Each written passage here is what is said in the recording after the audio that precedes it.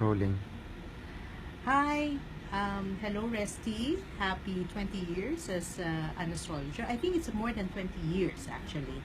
Um, you have done your best, and I think you will still do more, better and better for the next not years. Kasi there's no retiring naman anyway. I'd like to share when I first met Resty, may pagkasuplado, matipid sa salita. Tapos tingin ko sa ito, nerd na nerd ang dating. Tipong maki baka, yung tipong ganon.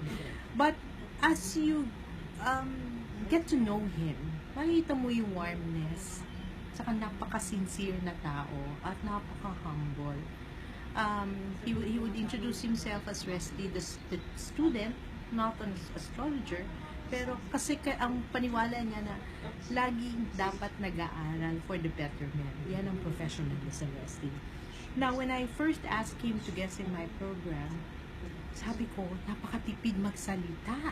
Parang tipid din ng ngiti, tipid ng mga, lahat ng kilos. Pero nakakatuwa pala si Resty. May mga hehehe at may mga jokes din. Now,